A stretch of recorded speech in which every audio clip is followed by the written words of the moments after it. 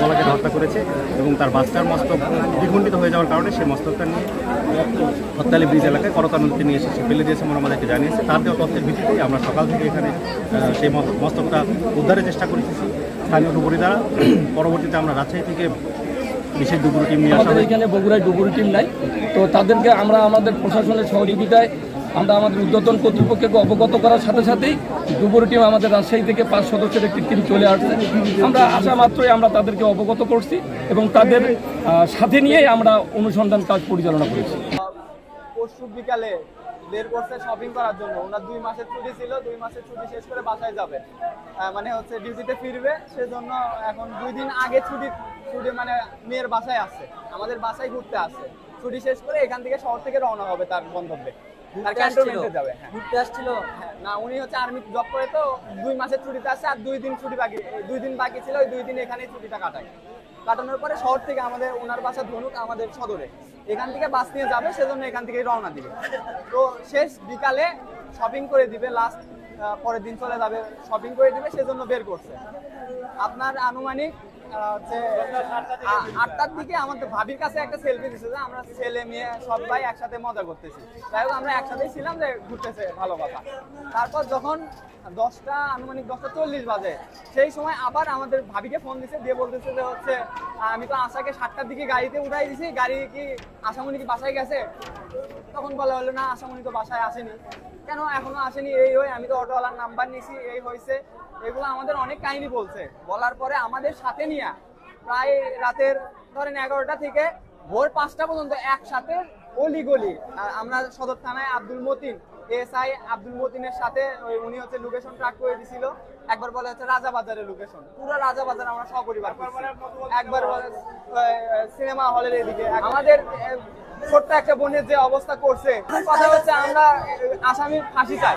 আজিজুল হক আমাদের তার জিজ্ঞাসাবাদ অনুযায়ী সে প্রাথমিকভাবে স্বীকার করে যে তার ওয়াইফ এবং তার 1 বছর বয়সী বাচ্চাকে সে ধারালো চাকু দ্বারা গলাকে হত্যা করেছে এবং তার বাচ্চার মস্তক দ্বিখণ্ডিত হয়ে যাওয়ার কারণে সেই মস্তকটা নিয়ে হত্যালি ব্রিজ এলাকায় করতা নদীতে নিয়ে এসে ফেলে দিয়েছে বলে আমাদেরকে জানিয়েছে। তার দেওয়া তথ্যের ভিত্তিতেই আমরা সকাল থেকে এখানে সেই মস্তকটা উদ্ধারের চেষ্টা করতেছি স্থানীয় ডুবুরি দ্বারা।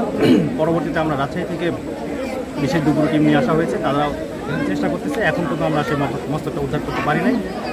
আজিজুল হক আমাদেরকে প্রাথমিকভাবে যেটা জানিয়েছে যে সে পারিবারিক সমস্যার কারণে তার ওয়াইফের সাথে তার ওয়াইফকে হত্যা করার মতো সিদ্ধান্ত হয়েছে। তারপরে আমরা এই বিষয়ে আরও বিস্তারিত কোনো কিছু আছে কিনা বা আরও কারণ রয়েছে কিনা সেই বিষয়গুলো আমরা জানার চেষ্টা। আইনগত প্রক্রিয়া কোন অবস্থায় আছে?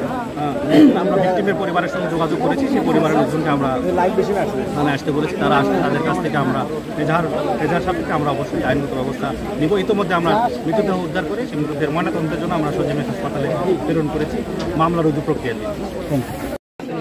1 ঘন্টার মতো আমরা অনুসন্ধান কাজ চালিয়েছি। যেহেতু এটি ঘটনাটা ঘটেছে অনেক আগে, তো এটা অনুসন্ধান এবং যে ভিকটিম তার জবানবন্দি বা তার সাথে কথোপকথন করে ওনারা যে সিদ্ধান্ত নিয়েছে এবং আমাদেরকে অবগত করার পরে আমরা রাজশাহী কন্ট্রোল রুমে আমরা জানিয়েছি। আমাদের এখানে বগুড়ায় ডুবুরি টিম নাই, তো তাদেরকে আমরা আমাদের প্রশাসনের সহযোগিতায় আমরা আমাদের ঊর্ধ্বতন কর্তৃপক্ষকে অবগত করার সাথে সাথেই ডুবুরি টিম আমাদের রাজশাহী থেকে 5 সদস্যের একটি টিম চলে আসছে। আমরা আসা মাত্রই আমরা তাদেরকে অবগত করছি এবং তাদের সাথে নিয়েই আমরা অনুসন্ধান কাজ পরিচালনা করেছি। আপনারা দেখছেন যে আসলে কচুরিপাড়া থাকায় প্রচুর জঙ্গল, প্রচুর আবর্জনা এবং ওখানে প্রচুর কাদা।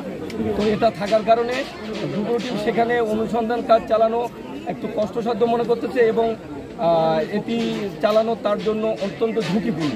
এই ঝুঁকি বিবেচনা করেই আমরা আজকের মতো সমাপ্তি করতেছি। আগামীকালকে প্রশাসন যখনই চাবে আমরা তাদের সহযোগিতার জন্য তাৎক্ষণিক আমরা আমাদের উদ্ধার কাজ আবার শুরু করব। শিশু বাচ্চাকে নিজের সন্তানক মারে নতুন চাকরি হচ্ছে বিয়ের অর্ডারটা হয়নি। এই টাকা দিলাম, টাকা দেন কেমন না জানে, তোমার বেটার বউ চাল্লা এগুলো হয়তো তোমাকে একটু ঝগড়াঝাটি করবি। আমি আসলে পর সেই ব্যবস্থা করবো। আর তা বাদে গেলে রোডের সাথে দেখা লিছে 600 না 700 পুরো 1 মেন রোডের সাথে আরো টাকার দরকার। আরো টাকার দরকার, আমার বলো না কেন, আমার বলো না কেন যে আরো টাকার দরকার, আমার বাড়ি বেঁচে দরকার বলে আমি ওকে দিয়ে দিলাম নি। আমার যদি কলোনিতে টাকা না দিলে আপনি মেঘ ছেড়ে দেবো, কিন্তু আপনি মেঘ চাতুর করবো, আমি বাড়ি ঘর বেঁচে আমি টাকা দিয়ে দিলাম নি। আমার বেটা মিশন থেকে আসতে পারে আবার কম দামে জায়গা কিনা আমি সাপড়া দিলে সে জায়গা আমার নাটুটি ক্লাইম থেকে পেলাম নি, আমি আবার করে পেলাম নি। এখন এত কিছু করে এত বেশি দিয়ে আমার ছেলে মিশন থেকে আসে, মিশনের টাকা আমার কি হয়েছে, আমার মেয়ে কি দিতে পারে এত টাকা দেওয়ার পরে আমার কাছে টাকা আর এই টাকা দিতে মানুষ বাচ্চা কারণে জমা করতে পারে